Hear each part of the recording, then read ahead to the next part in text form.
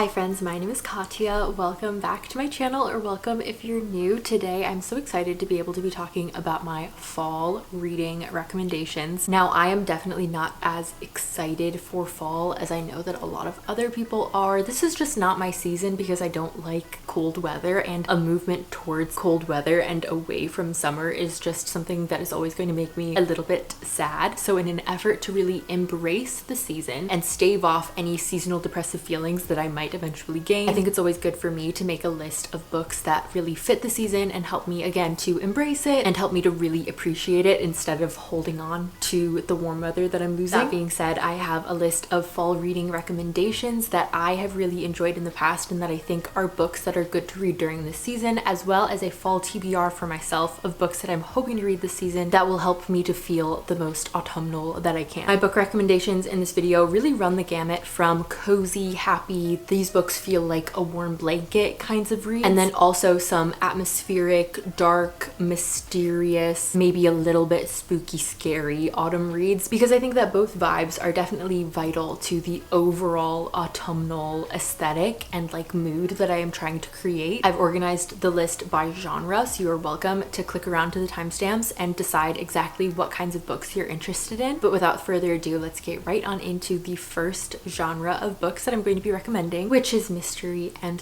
thriller. And I'm going to start with The Firekeeper's Daughter by Angeline Boulley. This book follows our main character Donis, and at the very beginning of the book she actually witnesses the murder of her very close friend at a party, and as a result of that she ends up eventually becoming involved in an FBI investigation where she goes undercover and uses her background in chemistry and traditional Ojibwe medicine to really understand the source of this lethal new drug that is sweeping through the community. This book is one part fast-paced mystery thriller and one part coming of age story. I thought Donis in particular as a character was so vibrant, and I loved watching her grow over the course of this book. An older favorite is Everything I Never Told You by Celeste Ng. This book follows a very small family that puts a lot of pressure on their eldest daughter, and at the beginning of the book we have found out that this eldest daughter has drowned and no one knows exactly how it happened or what happened to her and if there was any foul play. So we flip back in time and look at all of the events leading up to her death. This book definitely has pieces of mystery, but it's mostly a family drama, and I love the way that Celeste Ng writes family drama and picks apart these characters and their relationships. She also does that really well in Little Fires Everywhere, which I will also recommend. This book actually starts with a house fire, and then we look at all of the events leading up to the house fire. We follow two different families,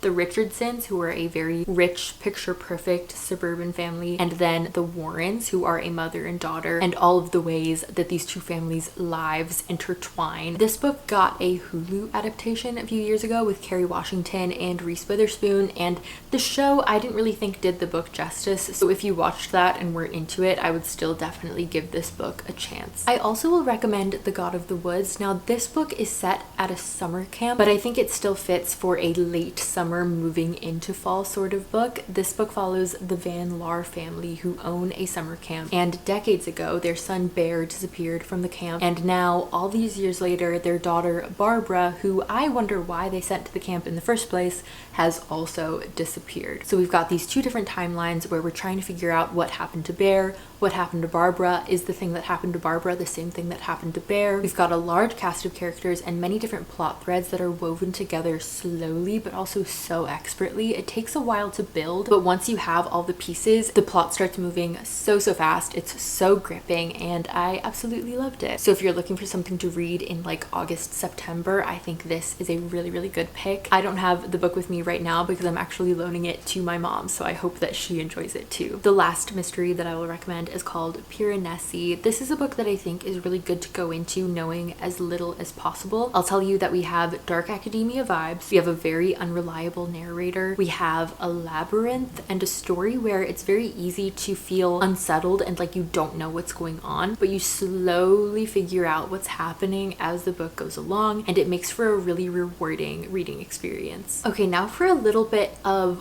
horror. Now I'm not a huge horror girl. I get scared so so easily. So these might not be scary to other people, but I think they have some elements that were scary to me. So with that being said, I'm going to start with Patricia Wants to Cuddle. This is kind of a gory monster book. We follow a group of women who are going to an island off the coast of Washington to participate in a bachelor-like TV show. They're all dating this one guy and they're going to all of these dates on this island, but there is a mysterious monster on the island that starts attacking people in this bloody but funny story. I will say my one negative about this book is that there is a lot of buildup to the monster reveal, and then once we get it, everything happens really fast and then the book just ends. And I don't think that that's necessarily a bad thing, but it's something that I wish I knew before going into this book, because I think I would have enjoyed it even more. So that is something that I will say before you decide to pick up this book. But if you enjoy commentary on reality dating TV shows, if you enjoy monsters in books and kind of a ridiculous cast of characters, I definitely think Patricia Wants to Cuddle would be a fun one for this time of year. The Push is a book that I read a couple years ago. I don't remember a lot of details about it super well, but I remember it being very scary to me. We follow a young mother who is slowly realizing over the course of the book that there is something wrong with her daughter, in that she's pretty sure her daughter is like evil or a psychopath. And the thing that I thought was scariest about this book is the absolute refusal of her husband or anyone else in her life to believe her or support her. So it's a book that's not scary in a paranormal, ghosty, or like serial killer kind of way. It's scary in a I can't believe that there are actually people like this who exist in real life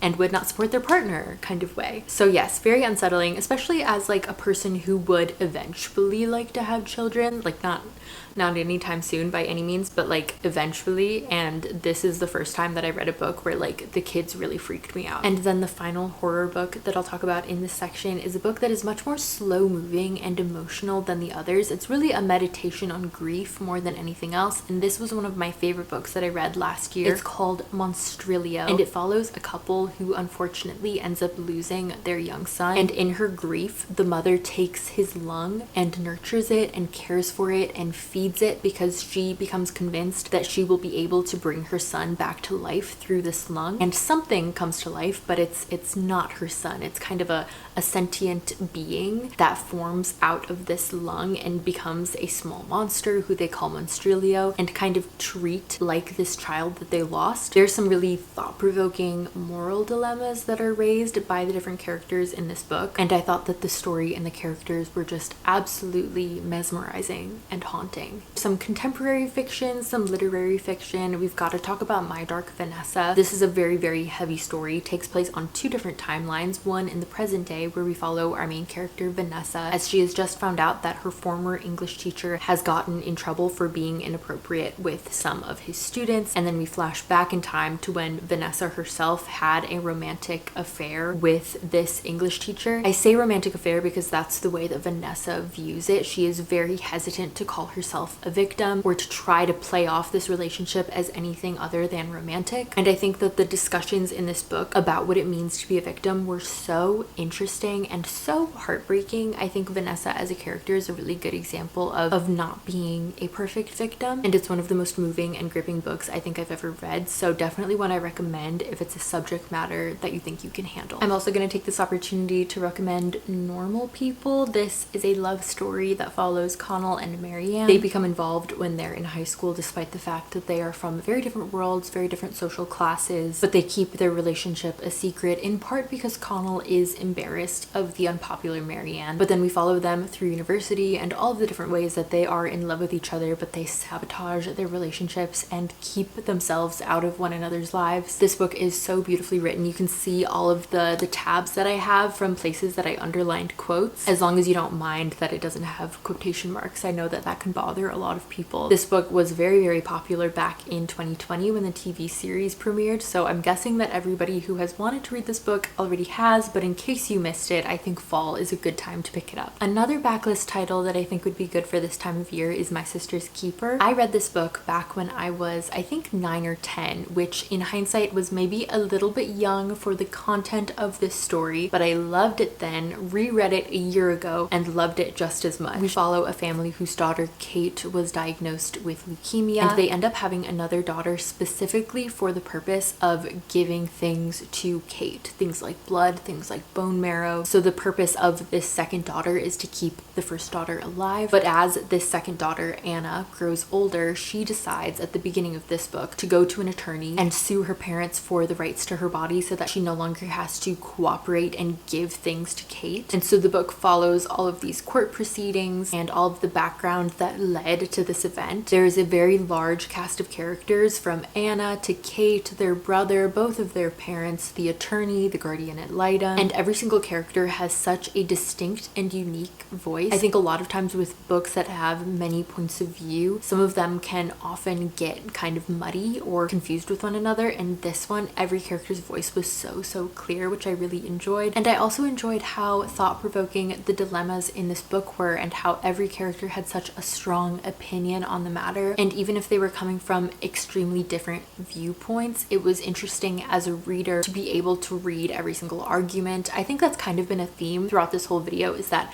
I love a thought-provoking book in the fall. Books that really make me slow down and become completely invested in characters' problems. Now, if you have seen the movie, the Cameron Diaz, Abigail Breslin movie for this book, and you think to yourself, oh, I've already seen the movie, I know what's going to happen in this book, I'm going to tell you right now that you're wrong, because they changed the ending of the movie, and it actually, when I first saw it, made me really angry because it's such a drastic change from the book. And in the years since, I've come to, you know, appreciate the movie for being something different and for being its own thing. But that being said, you don't know what's going to happen in the book. The ending is kind of wild, and I do have mixed feelings about it, but that's a part of its thought-provoking nature, which is one of the things that I like so much about it. Now, for some fantasy, obviously I have to recommend the new V.E. Schwab, Bury Our Bones in the Midnight Soil. This is a vampire book. I love a vampire book, especially during this time of year. We follow 3 different characters on 3 different timelines: the 1500s, the 1800s, and present day. My favorite thing about this book is how slowly it builds and how we're able to see all of these characters' lives slowly intertwine. It's really immersive and atmospheric, and I love the rhythm of the writing in this book. So if you like slow-moving, century-spanning stories of really toxic characters, I think this is a really good pick. This next one is a little bit more romantasy than fantasy, but this is Phantasma by Kaylee Smith. This book follows our main character Ophelia, whose mother has just recently passed away, and she has passed to Ophelia not only her ghost-seeing abilities, but also her enormous debt. Now, in order to pay off this debt, Ophelia's sister Genevieve enters this competition called Phantasma, where you go into this manor and you participate in a bunch of trials in this very scary labyrinth, and if you make it to the end without dying and you win, you are granted a wish. Now, Ophelia, determined to save her sister, also enters this competition trying to convince her sister to leave, but while Ophelia is there, she meets a very handsome ghost who ends up helping her with a lot of these trials. This is another dark and atmospheric book, definitely much more fast-paced, a book that I was completely glued to. It's a little silly but very fun, and I think one that would be great to read around Halloween time. Thorn Hedge by T. Kingfisher is a dark fairy tale retelling of Sleeping Beauty. It's just like your typical Sleeping Beauty story, except that this Sleeping Beauty is actually an evil changeling. She has to be kept asleep in order to protect people from her sadistic tendencies. We follow our main character named Toadling, who is tasked with protecting the sleeping princess from anybody waking her up. But at the beginning of our story, a prince has heard stories about a poor sleeping princess that he has to rescue, and once he approaches the tower, Toadling has to convince him not to wake her up. I love the tone of this story and how much it feels like a fairy tale or a folk tale. It's a really fun, dark twist on a classic, so it's fantastical and cozy in some ways, but definitely more unsettling than I expected. Don't Let the Forest In follows 2 best friends, Thomas and Andrew, who go to a boarding school right next to a very creepy forest. And one day, some scary creatures start coming out of the forest, and the creatures seem to look exactly like the creatures that are in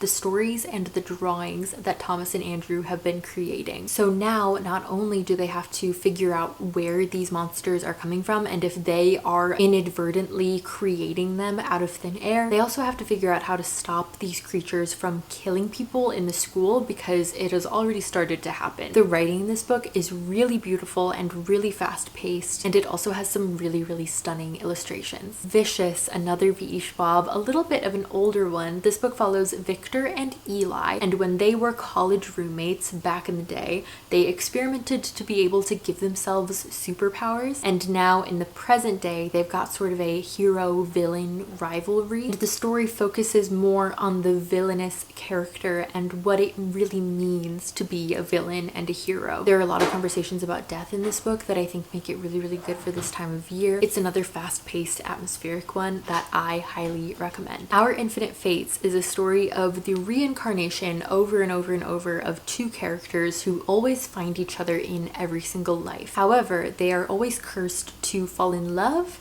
and then also to kill each other. And the story follows the two of them through all of these very different lives as we slowly discover what exactly this curse is and why they can't just be happy and live together. This book is magical and emotional and very diverse in all of the different lives that we're able to see them in. There was so much build up to the reveal that it really had a lot riding on it, but it really left my jaw on the floor. A romance recommendation, I have to talk about Left of Forever by Tara DeWitt. This is a second chance romance about Ren and Ellis. They fell in love when they were in high school. Ren got pregnant very young and they got together and were very happily married for several years until their son was in middle school and they ended up getting divorced. Now flash forward to the beginning of this story when they are dropping him off and helping him move in, but then they decide to take a road trip together where they're going to talk about their relationship and try to reconnect. This is a deeply emotional, angsty story all about second chances and forgiveness and reconciliation. I think it's good for this time of year, not only because of when it's set, you know, they're moving their son into college, but also because of the emotional nature of the romance. I think in the spring or summer, I'm definitely more predisposed to be reading happy, fluffy, cheesy romances, but when we move into the colder months, I want to read something that's a little slower and more serious, and that is Left of Forever. Very similarly, we have Before I Let Go, another second chance marriage and trouble romance. In this book, we follow Yasmin and Josiah as they co-parent and try to run the restaurant that they own together and slowly fall back in love over the course of this book. Again, this is a very emotional romance, and for that reason, I think it's better for the fall than for other seasons. I also have one YA middle grade series to recommend, and that is Gregor the Overlander, which follows a young boy named Gregor and his little sister Boots, who end up falling into this underground world called the Underland, where there's a kingdom of people with translucent skin because they've never seen the sun, and talking rats and bats and cockroaches and spiders and all of these very creepy crawly creatures and the adventures and prophecies that Gregor becomes involved in down there. These books are very dark and have Suzanne Collins' signature symbolism and violence that you might be very well aware of from her Hunger Games series. So if you're somebody who just recently read Sunrise on the Reaping and are looking for more Suzanne Collins, I think Gregor the Overlander is definitely something worth giving a try. They're really good for this time of year, and I feel like I barely know anybody who's read them. I'm gonna finish off my recommendations with a classic. This is Northanger Abbey by Jane Austen. I think this is one of the less popular Jane Austen novels, but we follow our main character Catherine, who's a little bit of a fish out of water joining the social scene in Bath. But Catherine's most defining personality trait, I think, is her very active imagination, an imagination that is so active that sometimes she thinks that things are